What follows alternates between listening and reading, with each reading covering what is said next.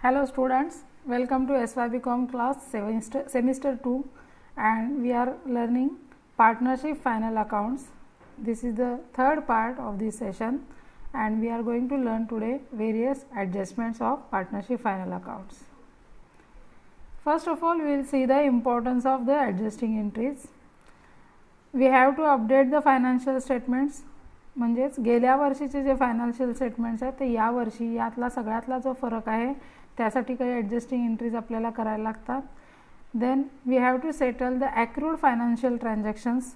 ज्या transactions monetary transactions या आर्थिक वर्षाशी रिलेटेड आहेत त्या सगळ्या आपल्याला इथे रेकॉर्ड कराव्या लागतात. जर या वर्षाव्यतिरिक्त पुढच्या वर्षीचं काही तुम्ही पेमेंट केलं असेल, पुढच्या वर्षीचा इन्कम तुम्हाला मिळाला असेल, त्याला ॲडव्हान्स्ड फायनान्शियल ट्रान्झॅक्शन्स म्हणतो, तर त्या सेटल करायला लागतात. तुमचा रिव्हेन्यू जो दाखवला आहे तुम्ही प्रॉफिट लॉस अकाउंटमध्ये तो अगदी एक्झॅक्टली पाहिजे, तो याच वर्षीचा पाहिजे. त्याच्यात मागच्या वर्षीचा काही असता कामा नये, पुढच्या वर्षीचा असता कामा नये. आणि त्याचबरोबर एक्सपेन्सेससुद्धा तुमचे एक्झॅक्टली याच वर्षीचे असले पाहिजेत आणि ते आपल्याला खात्री पटवून घ्यावी लागते. त्याच्यासाठी आपल्याला ॲडजस्टिंग एंट्रीज कराव्या लागतात. अकाउंटिंग करत असताना एरर्स होण्याची शक्यता असते. अशा जर एरर्स असतील तर त्या एरर्स दुरुस्त करण्यासाठी सुद्धा आपल्याला ॲडजस्टिंग एंट्रीज ज्या आहेत त्या करायला लागतात. त्यानंतर जे प्री पेमेंट्स आणि ड्यू पेमेंट्स आहेत, म्हणजेच आउटस्टँडिंग पेमेंट्स आहेत किंवा प्रिपेड एक्सपेन्सेस वगैरे आहेत, ते ॲडजस्ट करण्यासाठी सुद्धा आपण ह्या ॲडजस्टिंग एंट्रीज करत असतो. आता आपण वेगवेगळ्या ॲडजस्टिंग एंट्रीज बघूया. या ॲडजस्टमेंट्स तुम्ही ऑलरेडी 11वी-12वीमध्ये सुद्धा शिकलेलं आहे, तर त्याच ॲडजस्टमेंट्स इथे आपल्याला पुन्हा एकदा बघायच्या आहेत. त्याचं कंपायलेशन आपण इथे केलेलं आहे. आउटस्टँडिंग एक्सपेन्सेसचा प्रॉफिट लॉस अकाउंटमध्ये इफेक्ट आपल्याला दाखवायचा आहे. डेबिट साईडला जो कुठला एक्सपेन्स असेल, म्हणजे उदाहरणार्थ आउटस्टँडिंग रेंट असेल तर रेंटमध्ये आपल्याला डेबिट साईडला टू रेंटमध्ये प्लस आउटस्टँडिंग रेंट ॲड करायचं आहे. आणि बॅलन्स शीटमध्ये लायबिलिटीज साईडला आपल्याला आउटस्टँडिंग एक्सपेन्सेस हा सेपरेट आयटम लिहायचा आहे करंट लायबिलिटीज या हेडिंगखाली. इन्कम रिसिवेबल, जे पैसे तुम्हाला या वर्षात मिळायला हवे होते ते मिळालेले नाही आहेत, तर असं जे इन्कम आहे तर ते तुमचे असेट आहे आणि ती असेट रेकॉर्ड करायची आपल्याला बॅलन्स शीटच्या असेट साईडला. आणि प्रॉफिट लॉस अकाउंटमध्ये जो रिलेव्हंट इन्कम अकाउंट असेल, मग उदाहरणार्थ इंटरेस्ट ऑन इन्व्हेस्टमेंट असेल आणि ती तुम्हाला मिळायची आहे या वर्षीचा इंटरेस्ट, तर तो रिसिवेबल इन्कम आहे, तर तो प्रॉफिट लॉस अकाउंटच्या क्रेडिट साईडला आपण रेकॉर्ड करायचा आहे. त्यानंतर प्रीपेड एक्सपेन्सेस, जर समजा तुम्ही एखादं इन्शुरन्सचा प्रीमियम अगोदरच भरला असेल, पुढच्या वर्षीचा इन्शुरन्सचा प्रीमियम या वर्षामध्ये तुम्ही लवकर पेमेंट त्याचं केलं असेल, तर ते प्रीपेड एक्सपेन्स म्हणून आपल्याला प्रॉफिट लॉस अकाउंटला वजा करायचं आहे. डेबिट साईडला जिथे एक्सपेन्स दिलेला असेल त्या एक्सपेन्समधून वजा करणार आहोत आणि बॅलन्स शीटला ती आपली असेट म्हणून दाखवायचं आहे. हे सगळे पर्सनल अकाउंट्स आहेत. त्यानंतर income received in advance, profit loss अकाउंटच्या क्रेडिट साईडला आपल्याला याची नोंद करायची आहे. एखादा इन्कम जो पुढच्या वर्षीचा आहे पण याच वर्षी मिळालेला आहे, तर तो या वर्षामध्ये दाखवता येत नाही, मग तो आपल्याला या वर्षाच्या प्रॉफिट लॉस अकाउंटमधून वजा करून टाकावा लागतो. इन्कम जो दिलेला असेल क्रेडिट साईडला त्यातून वजा करायचा. आणि ती लायबिलिटी आहे तर ती बॅलन्स शीटला लायबिलिटीज साईडमध्ये दाखवायची. त्यानंतर डिप्रिसिएशन रेकॉर्ड करायचं आपल्याला प्रॉफिट लॉस अकाउंटच्या डेबिट साईडला रेकॉर्ड करायचं आणि बॅलन्स शीटमध्ये संबंधित फिक्स असेट असेल त्यातून वजा करायचं. म्हणजे उदाहरणार्थ तुमच्याकडे 3 असेट्स आहेत, मशिनरी आहे, फर्निचर आहे, बिल्डिंग आहे, तर या तिन्हीवरचं डिप्रिसिएशन हे प्रॉफिट लॉस अकाउंटच्या डेबिट साईडला लिहायचं. Depreciation on machinery, depreciation on building, depreciation on furniture या पद्धतीनं. आणि बॅलन्स शीटला त्या प्रत्येक असेटमधून त्यातील डिप्रिसिएशन त्याचा रेटसुद्धा आपल्याला तिथे दाखवायचा आहे आणि वजाबाकी करायची आणि उरलेली जी व्हॅल्यू आहे उरलेली व्हॅल्यू बॅलन्स शीटमध्ये आउटर कॉलममध्ये लिहायची. पुढचा भाग बघूया, deferred revenue expenditure. Deferred revenue expenditure म्हणजे एक्झॅक्टली काय, तर जे एक्सपेंडिचर बेसिकली रिव्हेन्यू आहे पण त्याचा बेनिफिट मात्र 1 वर्षापेक्षा जास्त कालावधीसाठी आहे, तर असं एक्सपेंडिचर म्हणजे डिफर्ड रिव्हेन्यू एक्सपेंडिचर. तर यातली जी अमाऊंट आहे हे एक्सपेंडिचर बेसिकली लक्षात घ्या की हे हेवी एक्सपेंडिचर असतं आणि हे एवढं हेवी एक्सपेंडिचर तुम्ही प्रॉफिट लॉस अकाउंटला एकदम सगळं राईट ऑफ करू शकत नाही, काढून टाकू शकत नाही. तर ते दरवर्षी टप्प्याटप्प्यानं राईट ऑफ केलं जातं. मग 2 भाग आहेत, काही अमाऊंट तुम्ही राईट ऑफ करणार आहे आणि उरलेली अमाऊंट आहे ती नॉट रिटर्न ऑफ असणार आहे. तर या दोन्हीची वेगवेगळी ट्रीटमेंट आपल्याला द्यायची आहे. जो भाग राईट ऑफ आहे तो राईट ऑफ केलेले अमाऊंट आहे ती प्रॉफिट लॉस अकाउंटच्या डेबिटला लिहायचं.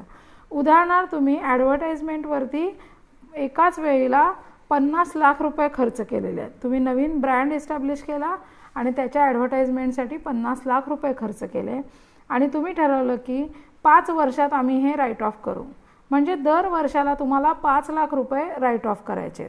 तर प्रॉफिट लॉस अकाउंटच्या डेबिटला या वर्षाची एंट्री येईल to advertisement expenditure return of 10 lakh. 50 lakh आपण 5 वर्षात राईट ऑफ करणार. सो 50 लाख भागिले 5 म्हणजे 10 लाख दरवर्षी राईट ऑफ करणार.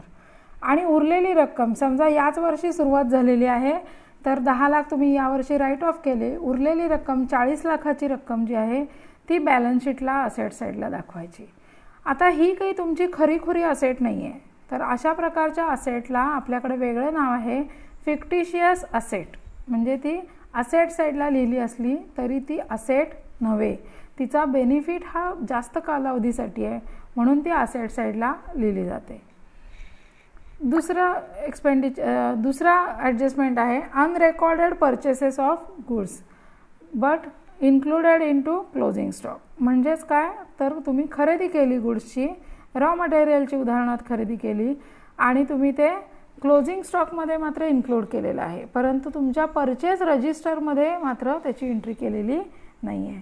असं झालं असेल तर तुम्हाला ते आधी ट्रेडिंग अकाउंटला जे परचेसेस आहेत त्या परचेसमध्ये ॲड करावं लागेल आणि हे क्रेडिट परचेस असणार आहेत, त्यामुळं तुम्हाला ते क्रेडिटर्समध्ये बॅलन्स शीटला ॲड करावं लागेल.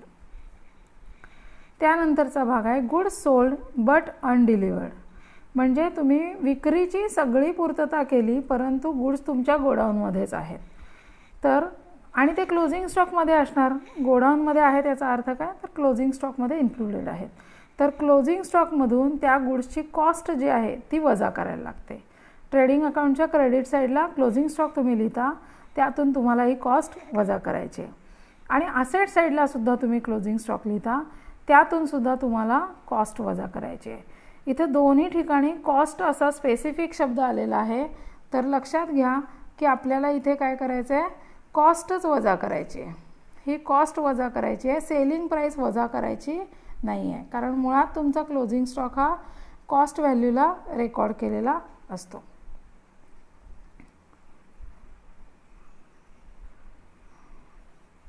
नेक्स्ट स्लाइड बघूया. Goods lost by fire but अनइन्शुअर्ड.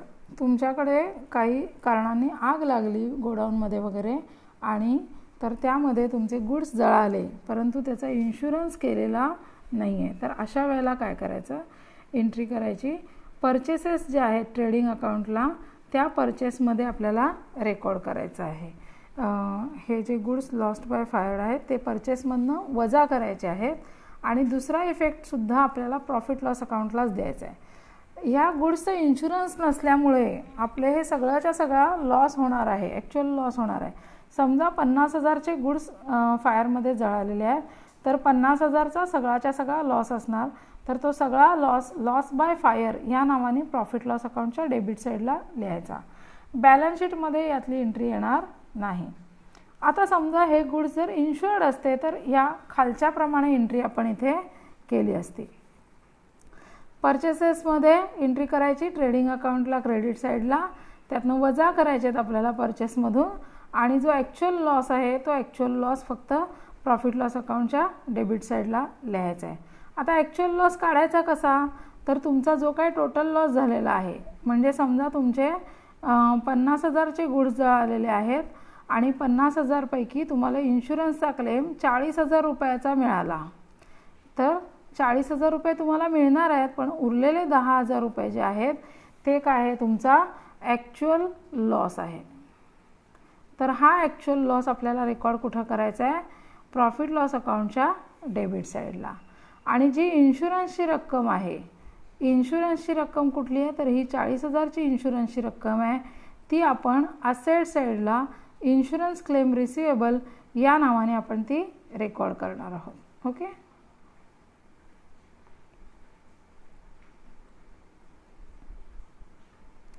पुढची स्लाइड बघूया. Wedges paid for installation of machinery included in wages. आता वेजेसमध्ये दोन प्रकार असू शकतात. एक आहेत वेजेस हे तुम्ही तुमचं जे ऑपरेटिंग एक्सपेन्स आहेत त्याचा भाग आहेत, म्हणजे जे तुम्ही ट्रेडिंग अकाउंटच्या डेबिट साईडला वेजेस लिहिता. समजा तुमची मॅन्युफॅक्चरिंग फर्म असेल आणि मॅन्युफॅक्चरिंग फर्ममध्ये जर तुम्ही कामगारांना जी काही मजुरी देता ती आपण इथे वेजेस म्हणून रेकॉर्ड करतो. तर हा तुमचा रोजचा खर्च आहे, म्हणजेच त्याला रिव्हेन्यू एक्सपेंडिचर असं म्हणतात. आणि इथं जे वेजेस आलेले आहेत ते कशासाठी दिलेले आहेत तर इन्स्टॉलेशन ऑफ मशिनरी. मशिनरी खरेदी केल्यापासून मशिनरीपासून पूर्ण प्रोडक्शन चालू होईपर्यंत जो काय खर्च येतो त्याला कॅपिटल एक्सपेंडिचर असं म्हटलं जातं. म्हणजेच हे इन्स्टॉलेशनचे वेजेस आहेत ते कॅपिटल एक्सपेंडिचर आहेत. याचा अर्थ काय, तुम्ही कॅपिटल एक्सपेंडिचर जे आहे त्याला रिव्हेन्यू म्हणून ट्रीटमेंट इथे दिलेली आहे. म्हणजेच तुम्ही वेजेसमध्ये ते ॲड केलं आहे, तर आता काय करायला पाहिजे, तुम्हाला ते वेजेसमधनं त्याची वजाबाकी करायला पाहिजे. आणि मशिनरीचा तो कॅपिटल एक्सपेंडिचर आहे, तर मशिनरीमध्ये तुम्हाला ते ॲड करणं भाग आहे. आता हाच नियम सगळ्या अशा पद्धतीच्या ज्या एरर्स आहेत त्या एररसाठी लागू होतो. हे काय आहे आपण करतोय, हे एररचं रेक्टिफिकेशन आहे. एरर रेक्टिफाय आपण करतोय. ओके. तर रेक्टिफाय एरर करत असताना आपल्याला काय करायचं आहे बघा, जो रिव्हेन्यू अकाउंट आहे त्या रिव्हेन्यू अकाउंटमधनं आपल्याला वजाबाकी करायची आहे त्या कॅपिटल एक्सपेंडिचरची. आणि मुळात जो जिथं कॅपिटल एक्सपेंडिचर आहे त्याच्यामध्ये आपल्याला ॲडिशन करायची आहे. ओके. नेक्स्ट.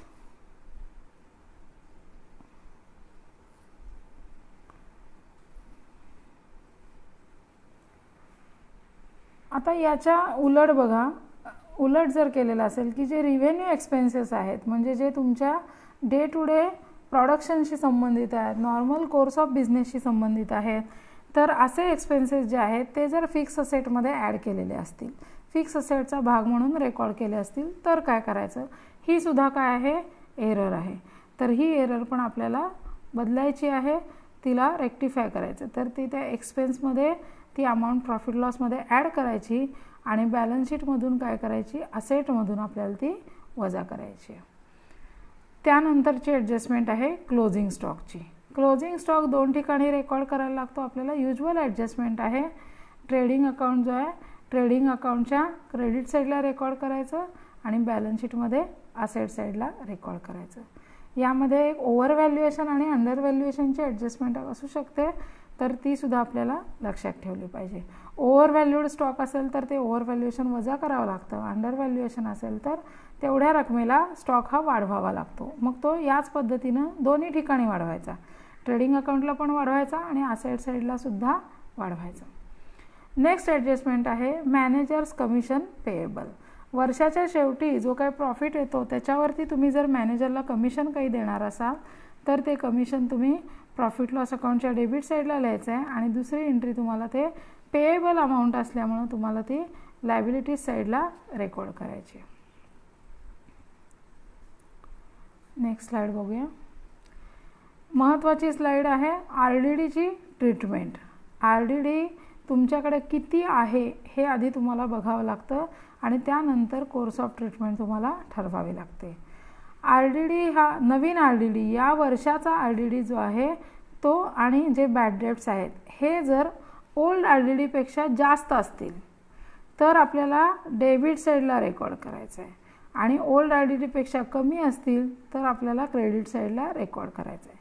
रेकॉर्ड करण्याची पद्धत बघा, इथे आहे bad debts plus new RDD minus old RDD. कारण ओल्ड RDDपेक्षा ही रक्कम जी आहे वरची ती जास्त आहे म्हणून आपण डेबिटला रेकॉर्ड करणार, कारण तुम्हाला हे जादाची प्रोव्हिजन करावी लागते. जो जुना RDD होता तेवढा पुरेसा नाही आहे. मुळात RDD म्हणजे काय, तर तुमचे जे डेटर्स आहेत म्हणजे तुम्ही जो क्रेडिट सेल केलेला आहे या क्रेडिट सेलवरती जर तुम्हाला वाटत असेल की हे डेट्स डाऊटफुल आहेत तर डाऊटफुल डेट्सपैकी तुम्ही काही प्रोव्हिजन करता की हे बाबा पैसे नाही आले तर त्याच्या अगेन्स्ट आपण प्रोव्हिजन केलेली असली पाहिजे.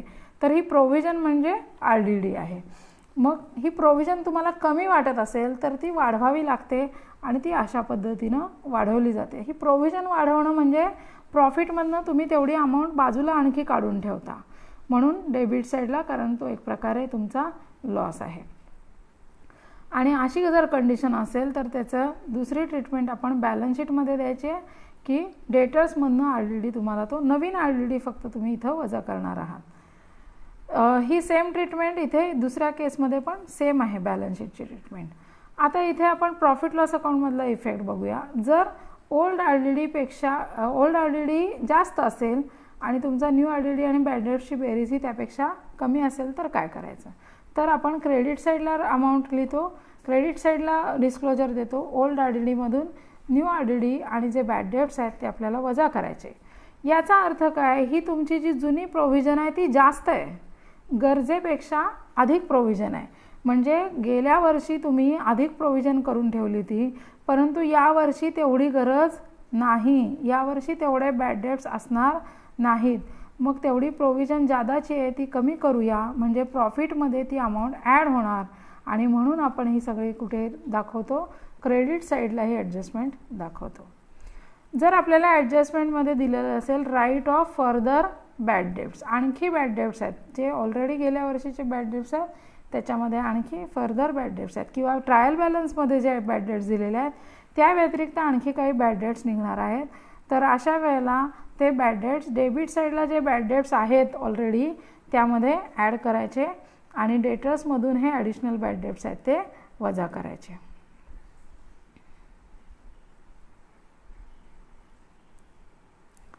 सो आपली पुढची स्लाईड बघूया. ह्या ज्या ॲडजस्टमेंट आहेत यांना ॲप्रोप्रिएशन्स असं म्हटलं जातं. तुमच्याकडे जो प्रॉफिट मिळतो त्या प्रॉफिटमधून ह्या ॲडजस्टमेंट्स केल्या जातात. पहिली आहे इंटरेस्ट ऑन कॅपिटलची ॲडजस्टमेंट. यामध्ये तुम्ही जे पार्टनरचं कॅपिटल आहे त्याच्यावरती त्याला व्याज दिलं जातं आणि त्याची एंट्री ॲप्रोप्रिएशन अकाउंटच्या डेबिट साईडला केली जाते. पार्टनरशिप फर्मसाठी हा खर्च आहे तर डेबिट साईडला लिहायचं आणि कॅपिटलसाठी पार्टनरसाठी हा फायदा आहे त्यामुळं पार्टनर कॅपिटल अकाउंटच्या क्रेडिट साईडला लिहायचं. आणि जर तुमची मेथड फिक्स कॅपिटल मेथड असेल तर तुम्ही ते करंट अकाउंटला लिहिणार. इंटरेस्ट ऑन ड्रॉइंग्स हे याची बरोबर उलट ट्रीटमेंट आहे, कारण इंटरेस्ट ऑन ड्रॉइंग हे पार्टनरशिप फर्मसाठी फायदा आहे आणि पार्टनरसाठी तोटा आहे. त्यामुळे ॲप्रोप्रिएशनच्या क्रेडिट साईडला रेकॉर्ड करायचं आणि कॅपिटल अकाउंट जो आहे त्यातून ती आपल्याला रक्कम डेबिट करायची आहे. तर या सगळ्या प्रत्यक्षात बुक ॲडजस्टमेंट्स आहेत त्या केल्या जातात. खरोखरची कॅश इथं काही दिली घेतली जात नाही. ज्यावेळेला प्रॉफिट डिस्ट्रीब्यूट केला जातो तेव्हा तो सुद्धा कॅपिटलमध्ये ॲड केला जातो. खरोखरची कॅश केव्हा विथड्रॉ केली जाते, ज्यावेळेला पार्टनर्स ड्रॉइंग्स येतात बिझनेसमधून त्यावेळेला. त्यानंतर आहे सॅलरीज टू पार्टनर्स. हा सुद्धा पार्टनरशिप फर्मसाठी खर्च आहे तर तो ॲप्रोप्रिएशन अकाउंटच्या डेबिटला आपल्याला रेकॉर्ड करायचा आहे आणि पार्टनरसाठी हा फायदा आहे तर कॅपिटलमध्ये तो ॲड करायचा. त्यानंतर कमिशन टू पार्टनर्स याच पद्धतीनं सेम एंट्री केली जाईल. पुढचा एक भाग आपल्याला बघायचा आहे तो म्हणजे हिडन ॲडजस्टमेंटचा भाग बघायचा आहे, तर तो मात्र आपण पुढच्या सेशनमध्ये बघणार आहोत. एकाच वेळेला जास्त व्हिडिओ अपलोड होत नाही त्यामुळे एकाच सेशनमध्ये ते करू शकत नाही. याच विषयावरच्या आणखी काही यूट्यूबवरती क्लिप्स आहेत तर त्या नक्की बघा. ॲडजस्टमेंटसाठी ही क्लिप आहे आणि कॅपिटलच्या ज्या दोन मेथड आहेत फिक्स कॅपिटल मेथड आणि फ्लक्च्युएटिंग कॅपिटल मेथड तर त्याच्यासाठी ही क्लिप जरूर बघा सगळ्यांनी. सो आणखीन एक काही भाग आपण यामध्ये आज ॲडिशनली करणार आहोत तो म्हणजे काही क्वेश्चन्स मी तुम्हाला इथे दिलेले आहेत. तर ते क्वेश्चन्स आणि आन्सर्स तुम्ही तुमच्या नोटबुकमध्ये लिहायचे आहेत. First question is what are the contents of partnership deed. याचं उत्तर तुम्हाला मागच्या पॉवरपॉईंट क्लिपमध्ये मिळेल. त्यानंतर write short note on fix capital method. तुम्हाला ज्या नोट्स लिहून दिलेल्या आहेत पाठवलेल्या आहेत त्या नोट्समध्ये याची उत्तरं मिळतील. Then explain the difference between fix capital method and fluctuating capital method. कालच्या सेशनमध्ये आपण हा डिफरन्स बघितलेला आहे आणि नोट्समध्ये सुद्धा आहे, तर तो लिहा. Write the effects of following adjustment. या 3 ॲडजस्टमेंट इथे दिलेत, फर्दर बॅड डेट्स, नंतर पार्टनर विथड्रॉन गुड्स आणि प्रीपेड एक्सपेन्सेस. तर या ॲडजस्टमेंटचे इफेक्ट, बॅलन्स शीटमधले इफेक्ट काय आहेत आणि प्रॉफिट लॉस अकाउंटमधले इफेक्ट काय आहेत, तर ते दोन्ही इफेक्ट तुम्ही तुमच्या वहीमध्ये लिहिणं अपेक्षित आहे. हे सगळं लिहिल्याच्या नंतर तुम्ही त्याचा फोटो काढून मला व्हॉट्सअपवरती आपल्या जो ग्रुप आहे त्या ग्रुपवरती पाठवायचा आणि पाठवत असताना त्याच्याखाली तुमचं नाव जे आहे ते नाव तुमचं त्याखाली लिहायचं आहे. So that's all for the day. Thank you very much and have a nice and safe day. आणि उद्यापासून गणेश चतुर्थी सुरू होती आहे, तर गणेश चतुर्थीच्या तुम्हाला सगळ्यांना खूप खूप शुभेच्छा. गणपतीकडून बुद्धिमत्तेचं वैभव तुम्ही सगळ्यांनी कमवावं आणि गणपतीसमोर आणि बुद्धीच्या या देवतेसमोर सदोदित तुम्ही लीन राहावं आणि इको फ्रेंडली गणेशोत्सव तुम्ही साजरा करावा. त्याचबरोबर या गणेशोत्सवामध्ये तुम्ही कोविडच्या संदर्भातून असणाऱ्या ज्या काही सुरक्षेची काळजी आपल्याला घ्यायची आहे ती सुरक्षेची काळजीसुद्धा तुम्ही घेणं अपेक्षित आहे. गणपती आहे म्हणून गर्दी करू नका, गोंगाट करू नका, शांततेनं उत्सव साजरा करा. धन्यवाद.